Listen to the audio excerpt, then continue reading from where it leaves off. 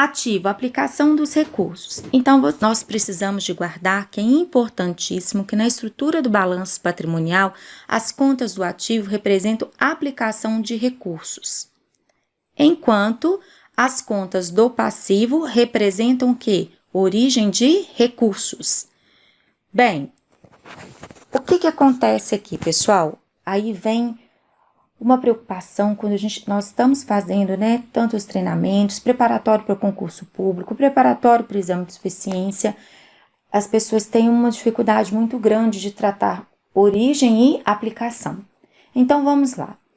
Olha, se você pensar que tudo que o ativo tem, ele deve para o passivo, para o capital de terceiros ou para o capital próprio, nós vamos conseguir visualizar, já passei o quadrinho aqui para vocês, os slides, vocês irão conseguir visualizar por que o ativo tem natureza devedora.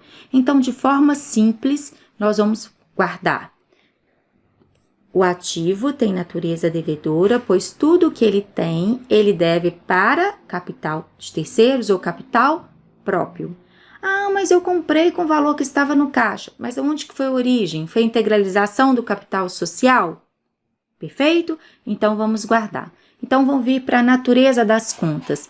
Gente, vocês precisam de guardar essa anotação, deixá-la perto de vocês, para que vocês fixam, né, essa dinâmica aqui da natureza das contas. Então, vamos para os grupos. O ativo. O ativo tem a natureza devedora, porque nós falamos o seguinte, que tudo que o ativo tem, ele deve para o capital de terceiros, que representa o passivo circulante, ou para o capital passivo circulante, passivo não circulante, ou capital próprio, que é o patrimônio líquido. Passivo tem natureza credora, que ele representa origem de recursos, né? É só nós guardarmos. Quem deve é devedor e quem tem a receber é credor.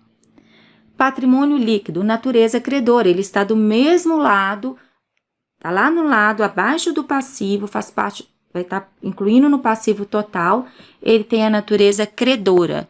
Receita tem natureza credora, despesa e custos tem natureza devedora. Então, vamos guardar. É só vocês lembrarem de matemática.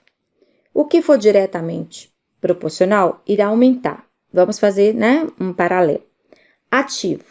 Quando eu debito uma conta de natureza devedora, eu estou indo a favor da natureza, o meu saldo aumenta. Quando eu credito uma conta de natureza devedora, eu estou indo contra a natureza da conta, então meu saldo diminui. Passivo, ele tem a natureza credora. Se eu debitar uma conta do passivo, o que irá acontecer com o saldo? Diminuir. Em contrapartida, se eu creditar for a favor da natureza, o saldo irá o quê? Aumentar. Patrimônio líquido tem natureza credora. Se eu debitar, o saldo diminui. E se eu creditar e a favor da natureza, o saldo aumenta. Receita tem natureza credora. Se debitar, o que acontece? Hein, pessoal? Diminui. Se creditar, o que acontece? Aumenta, porque tem natureza credora. Despesas e custos têm natureza devedora. Se debitar, foi a favor da natureza da conta. O saldo aumenta. E se creditar, o saldo diminui. Então, aqui é excelente para vocês, ajuda demais no mecanismo de debitar e creditar, ter ciência da natureza das contas, inclusive para conciliar, que é conferir os lançamentos contábeis. Vamos lá. Bem, aqui nós vamos falar, né, nós não podemos falar de lançamento sem fazer o referenciamento ao plano de contas. Então, pessoal, vamos lá. Código das contas. Por quê? O que é o plano de conta? É um conjunto de contas que estará elencado, né, estruturado de acordo, né, com uma estrutura prévia. E o que aqui nós temos? No grupo 1, toda conta, se nós formos pegar uma conta analítica, ela, iniciando com o número 1, é uma conta do ativo. Uma conta iniciando com o número 2 é uma conta do passivo, ou uma conta também do PL, né, que voltou aqui pra gente, contas do passivo e PL. Se nós pegarmos uma conta de número 3, aí irá depender do software que vocês usam, porque tem alguns softwares que o número 3 é conta de receita e o número 4 é despesa e custos. Então, aqui nós teríamos também que acrescentar contas de despesas e custos. No nosso caso aqui, nessa estrutura, o número 3. O número 4, contas de receita. E o número 5, contas de apuração do resultado do exercício. Vocês estão lembrados que nós falamos das contas de resultado. Nós confrontamos as contas de resultado. Como assim confrontar as contas? Bem, nós pegamos as contas de receitas, né, as contas de resultado, as receitas e confrontamos com as despesas e custos para apurar o resultado. Essa apuração, nós fazemos uma conta que está no grupo 5, que se chama Contas de Apuração do Resultado. E outras pessoas também conhecem como ARE, Apuração do Resultado do Exercício. Essa conta é uma conta transitória. Como assim? Eu confronto as contas, faço apuração para saber se nós tivemos lucro ou prejuízo e logo depois também eu encerro essa conta. Ela não prevalece com saldo. Bem, então, pessoal, falamos de maneira bem simplificada para vocês sobre o patrimônio, sobre os elementos que compõem o patrimônio. Fomos lá na natureza das contas, falamos do plano de contas e agora nós vamos falar do método das partidas dobradas. O método das partidas dobradas, via de regra, é muito simples. Vejamos, tudo que sai de um lugar entra em outro. E com a contabilidade, o procedimento não é diferente.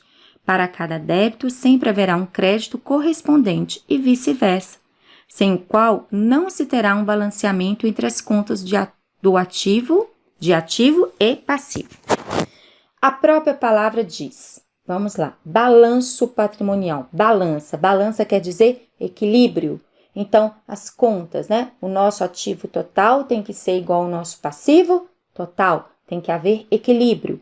Toda vez que nós debitamos, nós temos um crédito de igual valor. Ah, mas professora, por que existe um débito e 2 créditos ou 2 débitos e 1 crédito? Não importa, mas quando você somar todos os valores debitados, serão igual a todos os valores creditados, tá certo? Então, vamos lá. Bem, então, vamos trabalhar aí, né, gente, falando do método das partidas dobradas, que é bem interessante para vocês. Olha só. Lançamentos contábeis. Exemplo 1. Depósito em dinheiro no Banco Modelo, SA. Então, vamos imaginar a cena, tá? Olha, só, nós estamos indo lá no banco, né?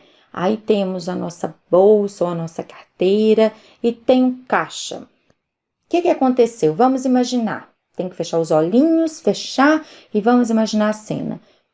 Quando você pega o dinheiro da bolsa, o dinheiro está saindo de onde? Só que aqui a gente está falando de empresa, né? E a bolsa seria o quê? O caixa da empresa. Saiu do caixa da empresa e entrou onde? No banco. Então, saiu do caixa da empresa e entrou no banco. De onde saiu o recurso? Nós chamamos de origem do recurso. Onde entrou o recurso? Nós chamamos de aplicação do recurso, tá? Ah, mas nós aprendemos lá atrás que a origem do recurso é do passivo e a aplicação é no ativo. Pessoal, mas podemos ter contas, né? Por exemplo, igual caixa, outras contas que estão no ativo, que elas também podem fazer o quê? Origem de recurso. Por exemplo, neste lançamento aqui, sai do caixa e entra no banco. Qual o macete que vocês precisam de aprender? Onde entrou o valor, que foi no banco, eu debito. De onde saiu, que foi a origem desse recurso, que foi o caixa, que foi a nossa bolsa, nós creditamos. Então, vamos lá. Dinâmica do débito e crédito. Depositou em dinheiro no Banco Modelo SA. Então, vamos lá, gente? Entrou no banco, então eu debito. Saiu do caixa. Não, nós não tiramos o dinheiro da bolsa, que aqui representa a conta caixa. Saiu do caixa, nós creditamos. Perfeito? Então, vamos lá. Guarda isso no coração.